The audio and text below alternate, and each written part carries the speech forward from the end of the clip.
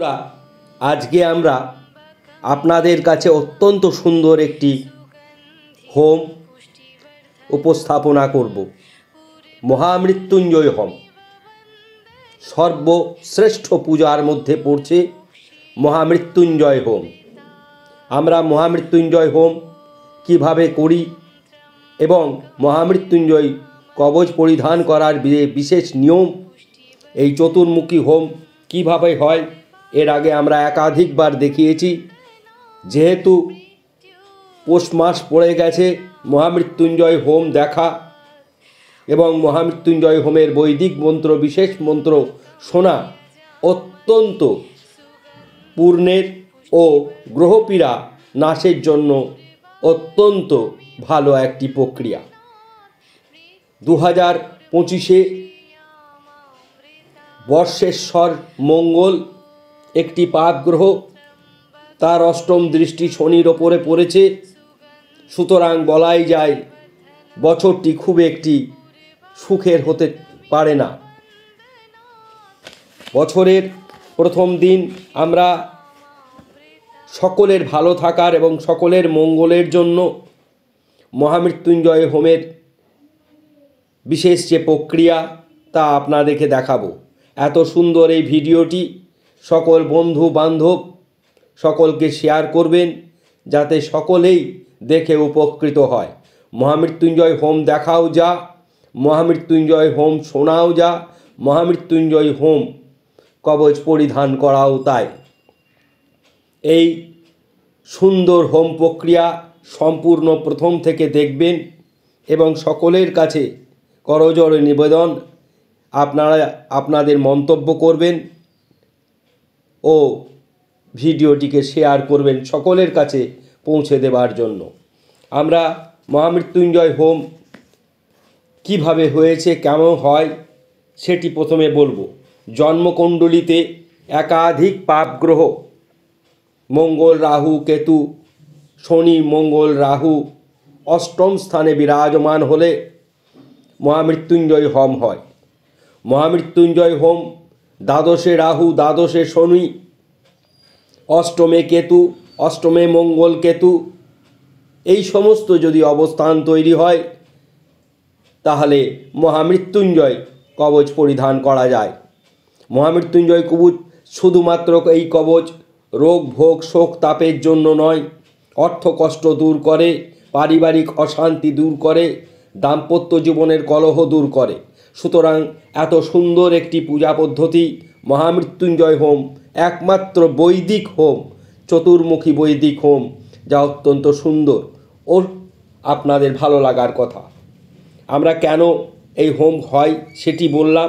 এবার আমরা বলবো সম্পূর্ণ হোমটি আপনারা প্রথম থেকে শেষ পর্যন্ত, আরতি পর্যন্ত ও হোমে ক্ষমা প্রার্থনা পর্যন্ত আপনারা দেখবেন যে আমরা কিভাবে এই হোম প্রক্রিয়ার আয়োজন করেছি এবং আপনারা আপনাদের মতামত জানাবেন।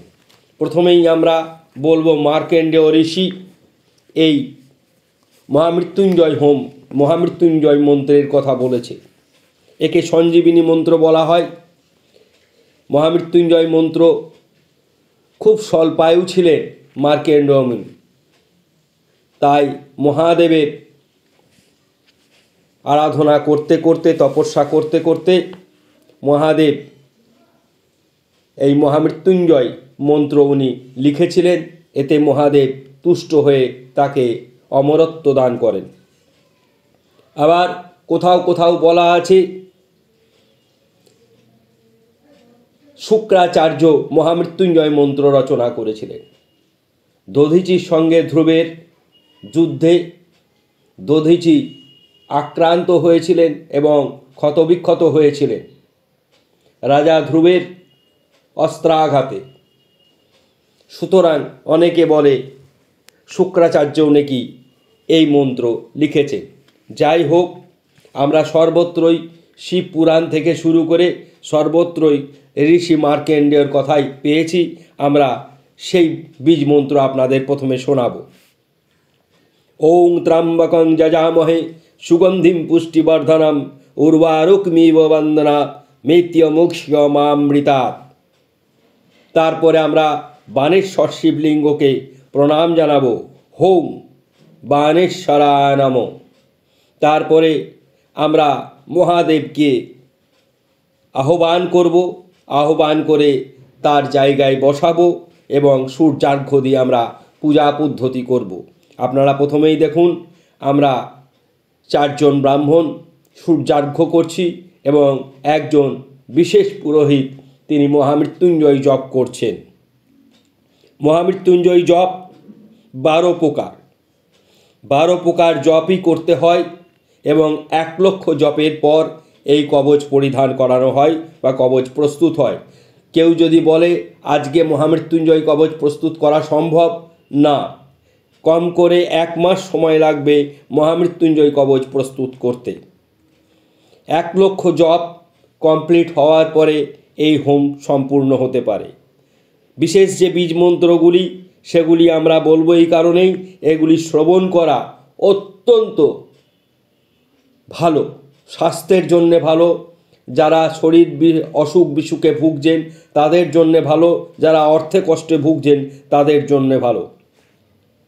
প্রথমে ওং নমঃ শিবায়, দ্বিতীয় ওং নমঃ শিবায়তরায় নমঃ, 3 নম্বর ওং ময়স্কায় নমঃ, 4 নম্বর ওং নমঃ রুদ্রায় নমঃ, 5 ওং নমঃ শিব তরায় নমঃ, 6 ওং জুং সহ, 7 ওং জৌ সহ সহ জুং ওং, 8 নম্বর ওং হোং জুং সহ সহ জুং হোং, 9 নম্বর ওং হোং জুং সহ ওং জুং সহ হোং ওং, 10 নম্বর ওং হোং ওং জুং ওং সহ ওং সহ ওং জু ওং হোং ওং সহ হোং ঈশানায় নমঃ, ওং নমঃ শিবায়।